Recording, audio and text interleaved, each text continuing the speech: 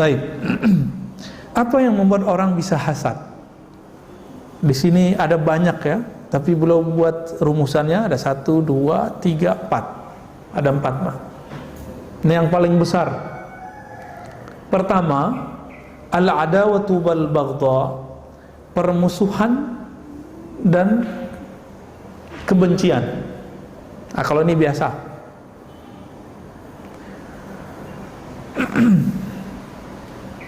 Yang kedua, ta'azzuz. Ta'azzuz ini merasa diri itu mulia, merasa diri pantas, yang lain gak pantas. Maka ada 2 orang, satu alim, satu juga alim, cuma senior junior. Ketika si junior lebih sukses daripada seniornya, ya, si juniornya beli kendaraan sebelum seniornya. Apa kata seniornya? Kok kamu nggak minta izin kepada saya? Loh, apa hubungannya? Itu bisa terjadi, Pak. Dia menganggap kalau dia senior, maka si junior harus minta izin kepadanya. Iya, kalau dia pakai jalannya si senior wajar. Misalnya gini, Bapak beli rumah, terus beli mobil. Mobil itu ngelewatin jalan tetangga, cuma satu-satunya itu jalan. Baru kita minta izin kepada si tetangga ini. Mohon izin Pak, saya mau beli kendaraan, ya, nanti pasti lewat di rumah Bapak, mungkin berisik gitu misalnya. Nah, itu bagus, itu nggak apa-apa. Ini kalau yang tadi apa urusannya? Nah, itu masalah ta'azzuz. Jangankan itu, kadang kita pakai baju bagus aja dianggap nggak zuhud, ya, dianggap belagu. Jadi orang kalau udah hasad, kita senyum kepadanya dikira kita nyengir. Kita sapa dia nganggap kita bentak, ya. Kita ingetin dia menganggap kita nyinyir. Begitu orang-orang yang hasad ini. Jadi serba salah sama orang hasad ini. Kita diem, dianggap kita ngapain? Sombong. Terus dia maunya kita apa gitu. Ini masalah hasad. Dan mohon maaf, hidup bertetangga itu akan muncul sifat-sifat ini. Jadi harus diantisipasi dengan cara silaturahim. Silaturahim, ngobrol jangan berlebihan. Ngobrol sepantasnya. Kita nanya sama teman, kamu kerjanya apa? Kerjanya disebutkan, oh itu kerjaan orang gaji sekian ya, gitu. Gajinya paling sekian. Itu kata-kata bahaya itu Pak, bisa nyinggung dia. Kita ngomong sama teman, oh kamu ngajar di mana? Oh di sekolah ini. Itu sekolah pelarian ya. Tuh kata-kata begitu nggak perlu keluar Pak. Nah, itu bisa nyinggung mereka.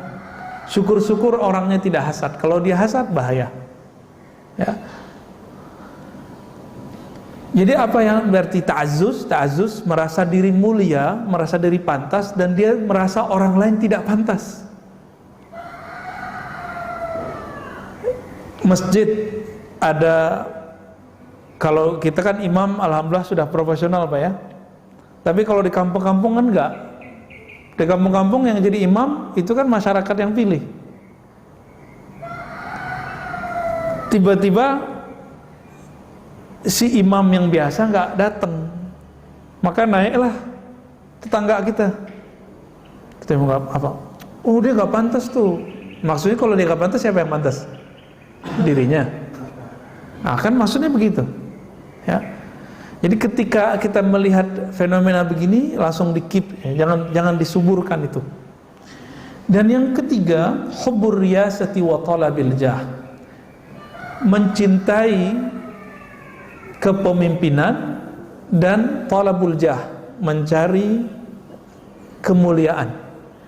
Materi udah punya, nah dia mau cari imateri. Dia kira imateri itu salah satunya ingin berkuasa. Ya. Yang paling lucu, orang gampang dibisik-bisikin. Jadi pembisik-pembisik ini bahaya Pak. Hidup jangan karena si pembisik, hiduplah dengan kata hati. Jangan hidup dengan bahasa si pembisik ini. Capek kita. Nah, orang-orang yang sibuk memikirkan orang lain, Imam Ibn Athaillah menyebutnya al-murid al-jahil, murid yang jahil. Jadi orang yang jahil itu bukan orang nggak sekolah, bukan. Tapi yang jahil itu siapa? Yang mendengarkan kata-kata orang untuk mencari kebahagiaan. Nggak akan pernah bahagia, Pak. Jadi nggak ada di dunia ini orang akan benar terus. Tidak akan ada di dunia ini orang dipuji oleh semua orang. Nggak bakal mungkin, ya. Maka masyaikh kita dulu sering membacakan sebuah kalam-kalam mahfuzat, ya. Ridwan nas, ya, ghayatun la tudrak. Ridho semua orang itu adalah tujuan yang tidak akan pernah engkau capai. Maka pilihlah jalan yang kamu kuat di situ. Jangan mencela-mencela nggak jelas, Pak. Pilih jalan yang di situ pasti ada orang yang suka, di situ pasti ada orang nggak suka. Jalan kita jelas. Maka waktu saya mengajar kitab-kitab ini, kitab Tazkiyatun Nafs, Riyadhutun Nafs, kitab tasawuf kata orang, kitab zikir, kitab hikam ilmu ta'illah, itu sahabat saya ngomong, banyak itu, bukan 1-2 orang. Antum nggak takut nanti dibenci oleh kelompok fulan, kelompok seberang gitu? Jawaban saya apa, Pak? Kalau saya beramal karena ingin dipuji si fulan, kelompok A, B, C, D, maka saya akan membuat dia senang misalnya, tapi saya akan dibenci lagi oleh kelompok yang lain. Nggak mungkin saya disukai semua orang. Jadi saya memilih sekarang untuk siap dibenci dan siap juga disukai. Suka, ada orang yang suka ilmu tentang Tazkiyatun Nafs ini, Riyadhutun Nafs ini. Ada yang nggak suka, nggak apa-apa. Para orang bilang kita ngedongeng, nggak apa-apa, biarin aja. Ada orang bilang ahli bid'ah, syubhat, itu resiko, Pak, resiko di jalan Allah. Dan salah satu ciri-ciri pejuang di jalan Allah, la yakhafuna laumata laim, tidak takut dicaci orang-orang yang mencaci. Kenapa? Itu kan biasa aja, jalan aja. Maka kalau pengurus masjid, betul harus dengerin orang dalam rapat, tapi jangan kebanyakan rapat, Pak, banyak kerja aja. Di masjid itu kok banyakan rapat, enggak, banyakan rapatnya nggak ada kerjanya ntar. Di mana-mana begitu. Ya, kantor aja kalau banyak rapatnya itu nggak ada jadi. Rapat tuh sedikit aja. Yang banyak kerjanya. Kalau kita rapat, pasti kita disalahin orang, dikritik orang, oh berubah lagi. Ya. Bi'ayyakuna munfaridan 'adiman nazari ghaira musyarakin fil manzilah. Nah, orang-orang ini yang ingin mencari popularitas, jabatan, mencari kemuliaan, ini nggak rela kalau ada orang mendapatkan kemuliaan itu. Kalau dia satu aliran, Pak, kalau ini dalam bab keagamaan ya, di keagamaan ini bisa kena nih. Dai sama dai masih sepaham nih, ahlu sunnah. Dia akan mengatakan, oh si anu tuh nggak pantas ngajar ini, dia nggak pakar. Yang pakar maksudnya dia sendiri yang pakar. Tuh. Bisa begitu, Pak. Jadi ini udah sepaham nih, udah sama-sama ahlu sunnah. Udah oke lah pemahamannya. Masih bisa iri begitu. Apalagi kalau tidak sepaham. Kira-kira gimana? Satu ahlu sunnah manhaj akidahnya Asy'ariyah. Satu mengaku ahlu sunnah manhajnya salafiyah. Oh bisa lama, Pak. Salam itu. Si Asy'ari bantah salafi, si salafi ngata-ngatain Asy'ari, begitu terus. Dia nggak rela si salafi ini naik, sebagaimana si salafi nggak rela si Asy'ari ini naik. Begitulah terus. Apalagi muncul sufi, merasa nggak pantas. Apalagi nanti ada nih cara-cara untuk menjatuhkan dia. Beda pilihan politik. Maka antum lihat aja sekarang di YouTube habaib dengan habaib tengkar. Intinya sebenarnya adalah luka lama beberapa tahun yang kemarin, setahun beberapa tahun kemarin ya. Karena beda pilihan politik, sekarang cari-cari kesalahan. Oh ketemu nih kesalahannya. Nah itu diekspos terus, tengkar. Ya kita sedih juga sih ngeliat habaib kok tengkar-tengkar. Tapi ini menunjukkan habaib itu yang suci darahnya. Tapi pemikiran dia kan belum tentu suci. Ya, manhajnya, mazhabnya belum tentu suci. Dia sama kayak kita, persis sama, nggak jauh beda. Habaib nggak ngaji ya bodoh. Habaib ngaji ya dapat dua kebaikan.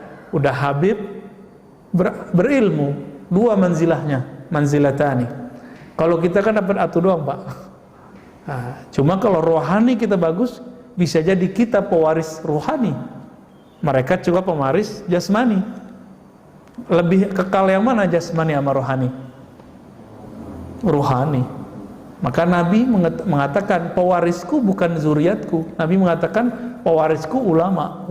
Al-ulama warasatul anbiya, ya. Jadi kalau beda faham, beda aliran, oh bisa kalimatnya begitu. Syubhat, ahli bid'ah, sesat. Bisa begitu, Pak. Udah sering lihat ya di YouTube ya. Pasti sering lihat begitu, ya. Kalau dia sefaham tapi beda popularitas, nanti paling mau jatuh-jatuhin. Ini agak sedih kita ngelihatnya, ya. Dan yang terakhir, penyebab orang bisa hasad, khabathun nafs wa syuhuha bil khairi ibadillah. Ini yang paling parah. Emang pada dasarnya hatinya busuk gitu, kalau bahasa Indonesianya. Tapi kalau terjemahan harfiahnya, jiwanya itu kotor. Khabathun nafs wa syuhuha bil khairi ibadillah. Dan rasa kikirnya yang pelit terhadap hamba Allah, bihaitsu yashuqqu alaihi ayyusafa indahu husnu hali 'abdin fi ma'unima alaihi. Dia susah menerima kalau ada orang mendapatkan kebaikan. Seorang dai, seorang artis itu nyesek, Pak, si public figure ini kalau melihat si artis atau public figure atau si ustadz yang lain itu populer muncul, nyesek bagi dia. Ini ciri-cirinya, ya. Makanya mereka betul-betul jor-joran untuk menghabiskan dirinya untuk membuat followernya senang, ya. Nauzubillah min dzalik.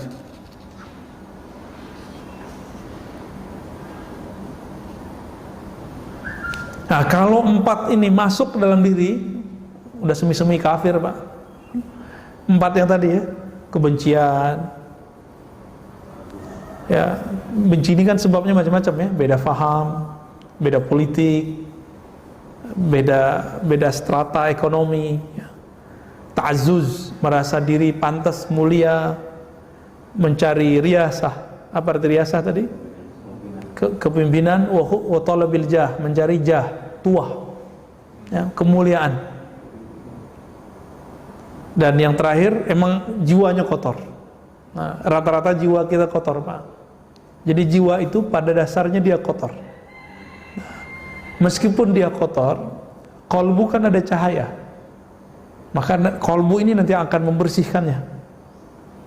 Maka ada jalan pintas untuk menghabiskan ini. Kalau beliau memberikan di sini beberapa cara, ya. Jalan pintas untuk membersihkan kolbu dari penyakit-penyakit kolbu, khususnya hasad, adalah memasukkan nama Allah ke dalam kolbu. Artinya berzikir dengan kolbu sebanyak-banyaknya. Jika dosanya dosa fisik, cukup dengan zikir pagi sore selesai. Tapi jika dosanya di dalam diri, maka dia harus zikirnya zikir yang tersembunyi. Mirip seperti dokter, kalau lukanya di luar, pengobatannya di luar. Kalau lukanya, penyakitnya di dalam, itu harus dioperasi, benar nggak? Nah, operasi terbesarnya itu adalah zikrullah. Likulli syai'in siqalah. Begitu dalam asar riwayat Imam Baihaqi. Setiap sesuatu itu ada cara untuk membersihkannya, mengobatinya. Wasiqalatul qalbi zikrullah. Pembersih hati, penetral hati, pengobat hati hanyalah zikrullah. Nah, itu zikrullah kalau masukkan kolbu. Kalau dimasukkan ke pikiran bagaimana? Apakah kita akan hasad sama orang, sedangkan yang menurunkan nikmat itu siapa? Ini caranya nih kalau masuk ke akal. Allah, benar. Mungkinkah Allah salah menurunkan nikmat sehingga kita perlu iri? Kita nih senang sama seorang lawan jenis, laki ke perempuan, perempuan ke laki-laki. tahu-tahu dia nikah duluan sama seseorang. Iri nggak? Pasti ada rasa iri, Pak. Masa dia sih wajahnya biasa-biasa aja, kok nikah sama dia yang mukanya luar biasa? Itu perasaan kita. Ya. Pertanyaannya, mungkinkah Allah salah dalam menjodohkan?